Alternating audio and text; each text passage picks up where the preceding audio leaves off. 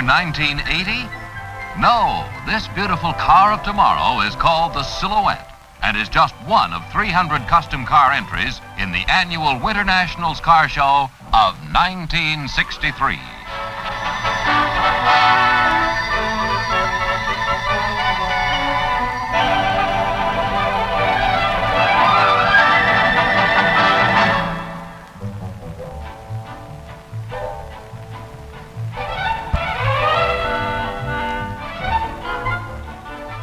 The 1963 NHRA sponsored car show was held in Los Angeles in the Great Western Exhibits buildings.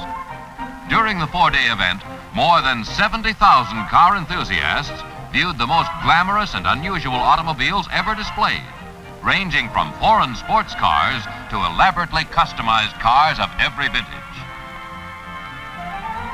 Commercial exhibitors' booths offered close examination of automotive products to interested crowds. Company representatives were always on hand to give on-the-spot information and answer technical questions, even those asked by the most advanced engineers. For the first time, major car manufacturers displayed their customized models, such as Pontiac's X400, Ford's Fairlane Starburst, and the Dodge Flightwing. Custom interiors superbly designed and tailored were real showstoppers. Some cars, like Gene Winfield's 1952 Mercury, featured push-button doors and seat control. A big attraction was the Valkyrie 1 jet-powered car.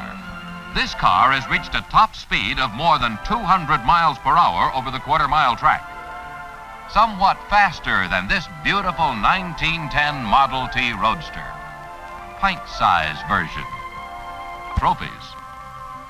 Competition in the car show was the closest ever in all classes. Selecting the winners of the show was no easy task. The big moment finally arrived as 143 trophies were handed out and eagerly accepted by the winners. Full Custom Pickup Award went to Mr. and Mrs. Ray Nish of Oakland for their 1937 Ford entry.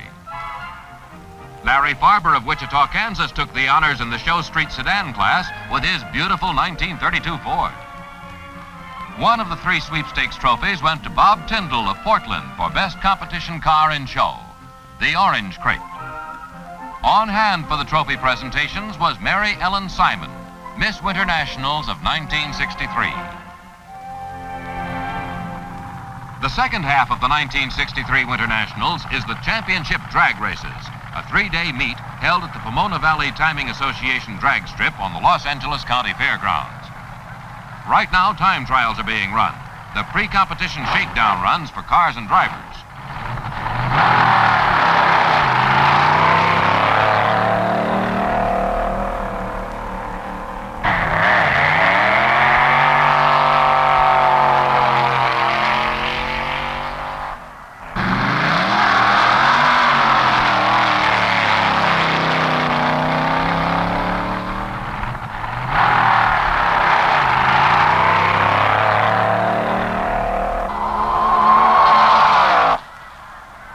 Is being directed from a command post on top of this timing tower.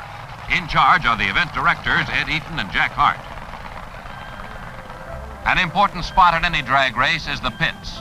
Right now, the pit area is a beehive of activity as each crew prepares its car for time trial runs. Many entries have been trailered here from distant states. Terrell Pogue and his family brought their Dodge-powered dragster all the way from Olympia, Washington. Mrs. Pogue and her two daughters make up part of the crew. Hayden Prophet is getting his 409 cubic inch Chevy ready for some stiff competition ahead. This year there are 76 classes, all the way from factory stock cars to the big AA gas and fuel dragsters. But before any car is allowed on the drag strip, it must pass the customary NHRA safety inspections. Trained technical inspectors examine 132 key points throughout the car, including steering, wheel alignment, flywheel shields, and proper roll bars. Safety is given top priority in every NHRA meet. Cars are rolled onto a scale to be weighed. Proper weight distribution between front and rear axles is another important safety requirement. Now all that remains is to see how well she runs.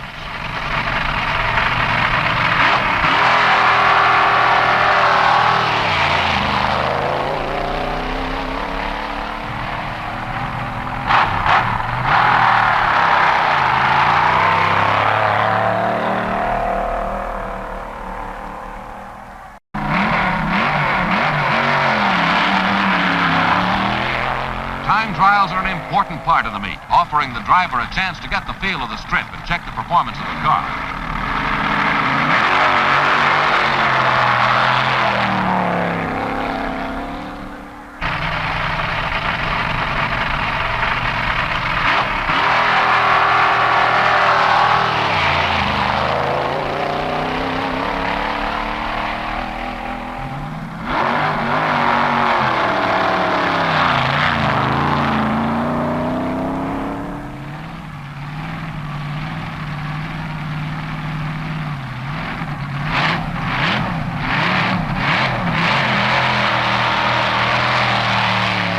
All cars are clocked using the Krondeck system, measuring to hundredths of a second the elapsed time over the quarter mile and top speed at the finish line. After each run, the cars are pushed to the pits along the return road that parallels the strip. At one point along this road, the driver receives a time card with the results of his run. While time trials continue, let's return to the pits and talk to a few of the participants. How do you like the drags? Wonderful so far, Mr. Moon. This is a man who needs no introduction to anybody, Dean Moon and the Moonbeam. Can you tell us a little bit about the car, Mr. Moon? Well, I'm Dean, and this is Moonbeam, the car. And this is more of a less of a experimental test car that we use for Moon Equipment Company and Potvin Equipment Company. This is what they call an A-modified sports or modified sports class. And what speed class does it run? Until we ran this meet, the best speed ever turned with a car like this was about 133 at NHRA. And we turned 143.85 twice yesterday in the 10-second bracket for the first time. Good luck for the entire meet. We'll need it. Now let's meet Don Garlitz of Tampa, Florida, a man responsible or involved in two firsts here. One, first time they've run fuelers at an NHRA meeting. And two, that airfoil we'll get to in a moment. How are you, Don? Hello, George. Don, what are the speed records so far for fuelers? Well, unofficially, the fuel record is probably around 190 and right below 8 seconds. However, this is the first time that NHRA has opened the record books for fuel, so there'll be official records after today. What is that airfoil intended to do? George, we've been developing that for a couple of weeks now, working on it. That's to hold the car down in the lights to keep it from skating so bad at the high speeds. How's it worked out so far? Well, I only made one run with it, and it was extremely stable down on the big end. However, we had a little too much pressure, and I think it slowed the car down 4 or 5 miles an hour. Now I'd like you to meet a famous trio, the Mazmanian Special, the owner, John Mazmanian, and the driver, John Balog. Any changes in the mill in here, John? Yes, it's a 61 Corvette with a 3/8 crankshaft crank, and it's been bored 60 over, and it's Esky powered. And it runs a 671 diesel blower. Bones, what will these changes mean to you as a driver this year? Faster speeds and quicker ETs. Wonderful. Does that mean you stand a much better chance? We sure hope so. How'd you like to take a ride? Great. Let's go.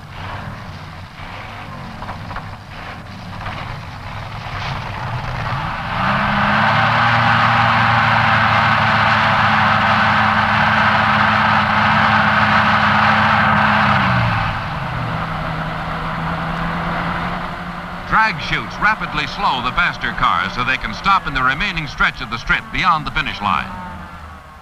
On that run, the Mazmanian Corvette turned 127.75 miles per hour with an elapsed time of 11.20 seconds. Saturday morning, 11 a.m. The strip is shut down briefly to make ready for two-car class elimination runs. Thousands of spectators already fill the stands, and more are coming. Young and old alike have come to cheer their favorite makes in the stock car classes. Okay, fans, the first round of elimination is about to get underway. All super stockers move into lane 4, A stock lane 3, B stock lane 2, C stock in lane 1. Attention all contenders.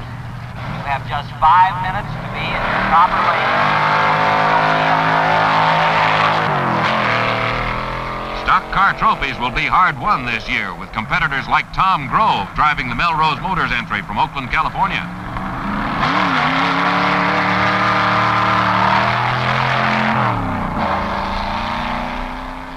Dave Strickler in his famous 409 cubic inch A stock Chevy. And L. Extran driving the original Ram Charger team entry from Grosse Pointe, Michigan. This year, spectators can easily spot a trophy run by the large T pasted on the windshield of each car. In the run for the E-Stock Automatic Award, Ken Dixon of Bellflower, California, pushes his 1958 Pontiac to victory. The Milne Brothers Red Plymouth in the final heat for Superstock Automatic honors wins over the Ritchie Flying A entry. Winning time is 12.30 seconds at 115.38 miles per hour. In the factory experimental division, C-Class, Joe Ritter of Los Angeles, running on the spectators' side, wins his trophy. Before competition in the hot car classes gets underway, there's just time enough for a quick hot dog and a cup of coffee. Then back to the stands for more racing thrills.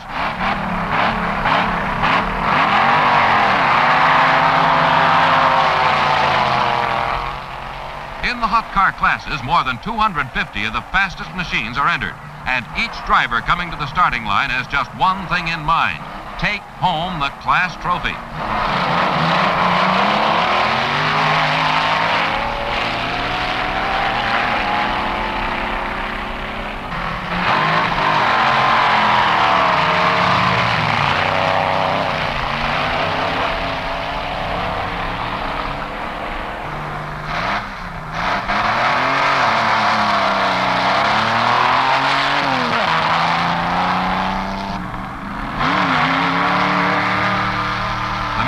Corvette develops transmission trouble and loses to Bob Bailey Jr. early in the eliminations.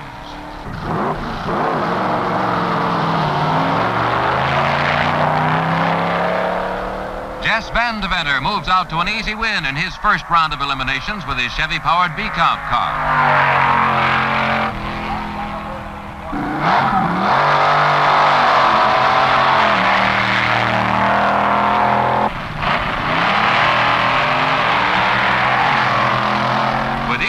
The competition becomes keener until the top two cars in each class are pitted against each other. The B Sports Trophy run is between Corvettes. Jim Van Norman edges out the Ward and Ballou car.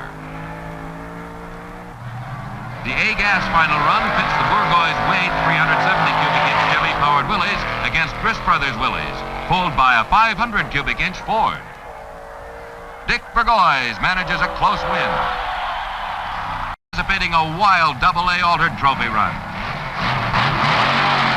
Jim Dunn wheel stands his Chevy-powered Fiat halfway down the strip to a win over Woody Duke's Olds Fiat. Chuck Starkey from Bay Village, Ohio, wins B-Dragster honors, turning a 148.27 miles per hour in 9.60 seconds.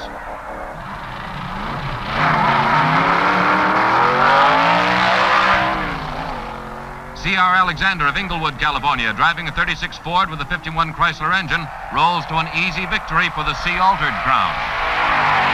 And now the final double-A dragster heat. The Peterson Frank car smokes off the line with Connie Kalida's Bounty Hunter right alongside. The winner, John Peters in the big twin Chevy double-A dragster. Sunday morning, the final day of the meet.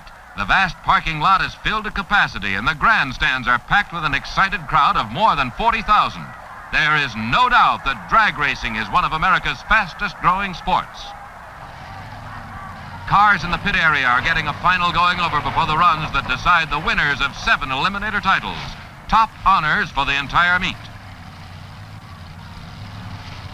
Transmissions and rear ends are reworked. Sometimes an entire engine is overhauled or replaced. On the starting line, the Deserato drag strip Indian from Canada does his famous sun dance to keep away any threat of rain. The timing tower gives the okay to start elimination runs, and the cars move up to the line.